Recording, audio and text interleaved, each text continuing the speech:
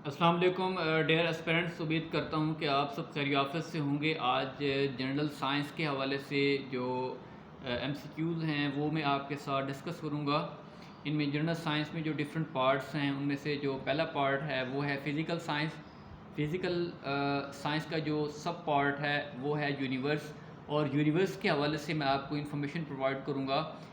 जितने भी possible MCQs आपसे पूछे जा सकते हैं मैं यहाँ पे सारे आपके साथ जो है ना शेयर करूँगा।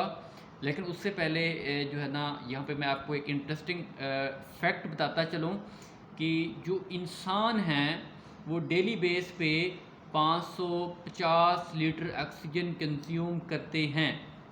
550 बिलियन लीटर जो है वो ऑक्सीजन डेली बेस पे कंज्यूम कर रहे हैं। इसके बाद यूनिवर्स के हवाले से बात करेंगे। एस्ट्रोनॉमी क्योंकि यूनिवर्स के अंदर ही आती है। एस्ट्रोनॉमी एक्चुअली है it is the study of heavenly bodies, उनकी मूवमेंट्स और उनकी जो रेलेवेंट पोजीशन है उसको हम एस्ट्रोनॉमी कहते हैं। 1 Julian year after 4 years 365.25 days.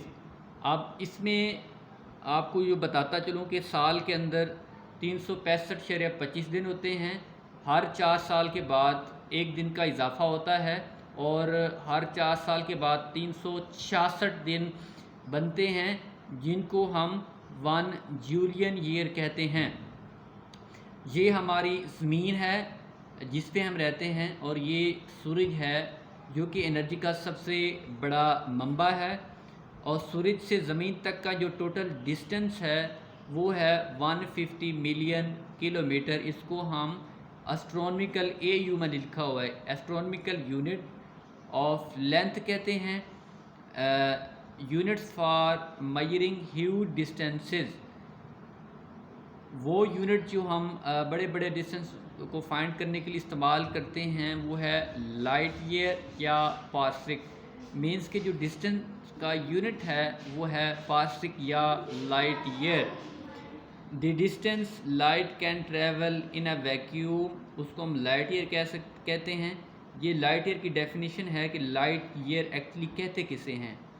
ये लाइट है, जब लाइट जो वैक्यूम के अंदर जो डिस्टेंस ट्रैवल करती है हम उसको लाइट ईयर कहते हैं।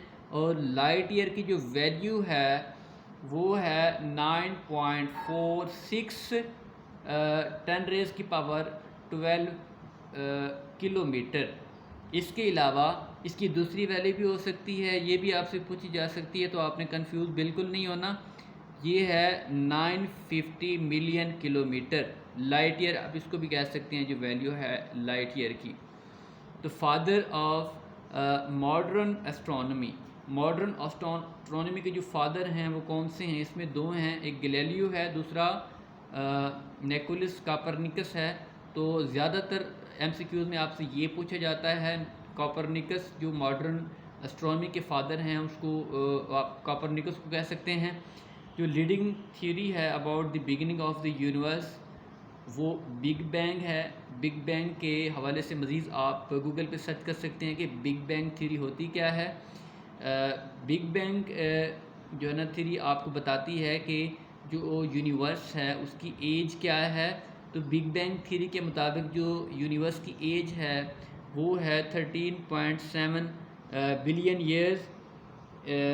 या दूसरा MCQ ये भी आपसे पूछ सकते हैं कि जो पॉसिबल इसकी एज है यूनिवर्स की वो है 10 to 20 बिलियन ईयर्स के दरमियान में है, तो आपने इसको टिक कर देना है। एक और आपको मैं बताता चलूँ इसकी एज के हवाले से, 2013 के अंदर प्लैंक ने मेजर की थी एज ऑफ दी यूनिवर्स। क्योंकि मैंने यहाँ पे अर्थ लिखा हुआ है तो आपने यूनिवर्स लिख देना है। 13.82 बिलियन ईयर्स। तो ये भी बड़ा MCQs है, ये आपको आना चाहिए, आपने इसको लिख लेना है। यहाँ पे देखो मैंने यहाँ पे दोनों में हीलियम लिखा हुआ है, ये हाइड्रोजन है, ये हाइड्रोजन है और ये हीलियम है।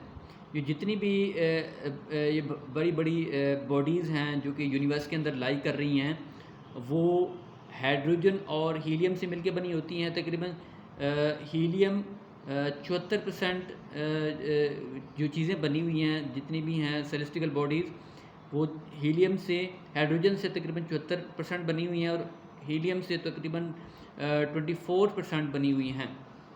अब यहाँ पे मैं दो शिफ्ट्स के बारे में आपको बताऊंगा। ये डिफरेंस आपको पता होना चाहिए। इन डिफरेंस को आपने जहन नशीन कर लेना है ताकि आप भूलें ना जब आपके सामने एमसीक्यूज। एक है रेड शिफ्ट, दूसरी है ब्लू शिफ्ट। ये कंपैरिजन में आपको इसलिए मैं आपको बता रहा हूँ ताकि आपको भूलने ना पाए, आप भूलें ना इनको। अब ये अर्थ है, आपने डायग्राम पे गौर करना है। ये अर्थ है ये जब कोई ऑब्जेक्ट अर्थ से परे मूव करता है, if object moving away from Earth, तो अवे, ये देखो अवे पे आपने ध्यान रखना है। अवे तो इसका मतलब है रेड शिफ्ट। अगर एक ऑब्जेक्ट जो है वो टुवर्ड्स, अब देखो यहाँ पे टुवर्ड्स का इस्तेमाल किया गया है, ये अर्थ है, ये ऑब्जेक्ट है, मिसाल के तौर पे ये मूव कर रहा है अर्थ की तरफ, तो हम इसको ब्लू शिफ्ट कहते हैं। अब इन दोनों में से दो और एमसीक्यूज यहाँ से डिराइव किए जा सकते हैं। दो रेड शिफ्ट है वो बिग बैंग थ्योरी को सपोर्ट करती है, और जो ब्लू शिफ्ट है वो डॉपलर इफ़ेक्ट आपने फिज़िक्स के अंदर पढ़ा होगा, तो ये उसको सपोर्ट करती है। अब नेक्स्ट एमसीक्यू जो है, who presented the general theory of relativity, Einstein. और नेक्स्ट एमसीक्यू जो पॉसिबल है, जो बन सकता है कि आइंस्टाइन कहाँ से बिलोंग करते थे, वो है जर्मनी। अब जो फ्यूचर है यूनिवर्स का, उसके हवाले से 4 मॉडल हैं। कितने मॉडल हैं? 4 मॉडल्स हैं जो आपने जहन में रखने हैं। 4 मॉडल्स हैं फ्यूचर ऑफ यूनिवर्स के हवाले से। Close model, open model, flat model और साइक्लिक मॉडल। अब ब्लैक होल्स के बारे में आपको बताता है कि उनके ब्लैक होल्स क्या होते हैं। जो ब्लैक होल्स एक्चुअली लाई करते हैं at the active part of Galaxy. तो ब्लैक होल्स के हवाले से आपसे इस तरह के एमसीक्यूज पूछा जा सकता है। The most abundant element in the universe. अब यहाँ पे 3 चीज़ें हैं, इन 3 चीज़ों को आपने जहन नशीन कर लेना है। जो पहली चीज़ है वो है यूनिवर्स, दूसरी चीज़ है अर्थ क्रस्ट, और तीसरी चीज़ है एटमॉस्फेयर।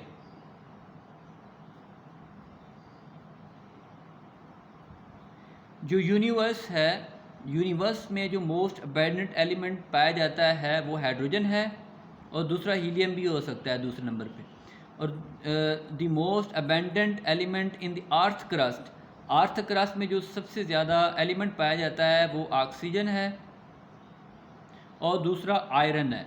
ये दोनों आपने ध्यान में रखने हैं कि एक तो हाइड्रोजन है इसमें यूनिवर्स में, दूसरा हीलियम है दूसरे नंबर पे, और अर्थ क्रस्ट के अंदर एक पहले नंबर पे ऑक्सीजन है और दूसरे नंबर पे आयरन है। इन द सेम मैनर अगला जो मैंने बताया एटमॉस्फेयर के अंदर जो सबसे ज़्यादा एलिमेंट पाया जाता है वो है जनाब नाइट्रोजन की मिकदार तकरीबन 78.0 समथिंग पाई जाती है, और ऑक्सीजन तकरीबन 20 पॉइंट समथिंग इसकी वैल्यू है जो कि एटमॉस्फेयर के अंदर पाई जाती है। तो ये 5 से 6 7 एमसीक्यूज़ थे जिनको आपने जहन नशीन कर लेने हैं। इसके अलावा अगर आपको किसी किस्म का इशू का सामना करना पड़ रहा हो तो आप मुझे कमेंट सेक्शन में बता सकते हैं, आप मुझे फीडबैक दे सकते हैं। इस वीडियो को लाइक करें, इसको शेयर करें अपने दोस्तों के साथ। और इसके अलावा अगर आपको किसी भी तरह का कोई क्वेश्चन आपके दिमाग के अंदर अराइज़ हो रहा हो तो आप मुझे कमेंट सेक्शन में बता सकते हैं। मुझे फीडबैक दीजिएगा कि आपको ये मेरे जो लेक्चर है वो समझ आ रहा है। ये बड़ी मुश्किल से मैंने डिफरेंट सोर्सेज को यूज़ करके आपके लिए मैंने डाटा कलेक्ट किया है। वन पेपर के हवाले से जितने भी आपके इम्तहानात हैं वन पेपर के हवाले से, चाहे वो CSS का है, चाहे वो PMS का GK है, चाहे वो जो है ना FIA का AD का पेपर है, इंस्पेक्टर का पेपर है, जितने भी आपके PPSC और FPSC और जितने भी वन पेपर के MCQs के हवाले से, चाहे वो NTS है, तो उसके हवाले से क्योंकि जनरल साइंस जो है उसका तकरीबन 20 to 15% जो है ना पोर्शन होता है, लिहाजा मैं आपको सारा कवर कराऊंगा इसके हवाले से।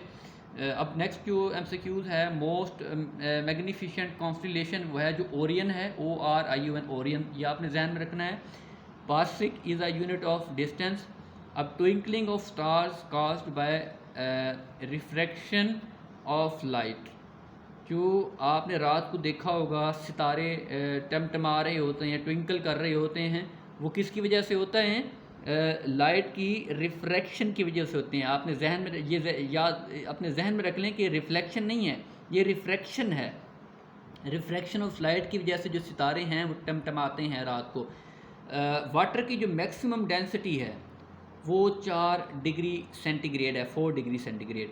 इसके हवाले से 2 MCQs में आपको और बताता चलूँ कि जो वाटर है वो 100 डिग्री सेंटीग्रेड के ऊपर बॉयल करता है और 0 डिग्री सेंटीग्रेड के अंदर वो आइस में कन्वर्ट हो जाता है। तो ये 2 MCQs भी आपसे पूछे जा सकते हैं, लिहाजा आपने इनको जहन में रखना है। ये एडिशनल इन्फॉर्मेशन थी जो हमने आपको प्रोवाइड की। अब age of Milky Way, age of universe के बारे में आपको बताया मैंने कि वो 13.7 बिलियन ईयर या 2013 की जो स्टडी थी प्लैंक्स की उसके मुताबिक 13.8 बिलियन ईयर्स, और उसके अलावा 10 से 20 बिलियन ईयर्स के दरमियान जो यूनिवर्स है उसकी एज हो सकती है। लेकिन मिल्की वे की जो एज है वो है 13.5 बिलियन ईयर्स। अब नेक्स्ट MCQs बन सकता है huge cloud of gases and dust in universe. Universe के अंदर जो गैसेस पाई जाती हैं, जो डस्ट पाई जाती है, उसको हम नेबुला कहते हैं। क्या कहते हैं? मतलब डस्ट और गैस को नेबुला कहते हैं। आपने उसको इस तरह से याद कर लेना है। जो डस्ट पाई जाती है, जो गैसेस की मिकदार पाई जाती है यूनिवर्स में, उसको हम नेबुला कहते हैं। Most abundant form of matter in universe, universe में जो सबसे ज़्यादा मैटर पाया जाता है, मादा पाया जाता है, वो प्लाज्मा है। मींस के जो यूनिवर्स बनी हुई है वो किससे मिलकर बनी हुई है? ज़्यादातर प्लाज्मा से मिलकर बनी होती है। एडिशनल इन्फॉर्मेशन मैं आपको यहाँ पे और प्रोवाइड करता हूँ। ये भी बात पूछ लेते हैं कि जो मादा है, मादे की कितनी किस्में हैं? मादे की 4 किस्में हैं। वो कौन कौन सी हैं? ये भी आपसे पूछ सकते हैं। वो सॉलिड, लिक्विड, गैस और लास्ट में क्या है? प्लाज्मा है। ये 4 किस्में हैं मैटर की। तो ये थे आज का लेक्चर, और इंशाल्लाह हम अगले लेक्चर में आपके साथ मिलते हैं। तब तक के लिए अल्लाह हाफिज़।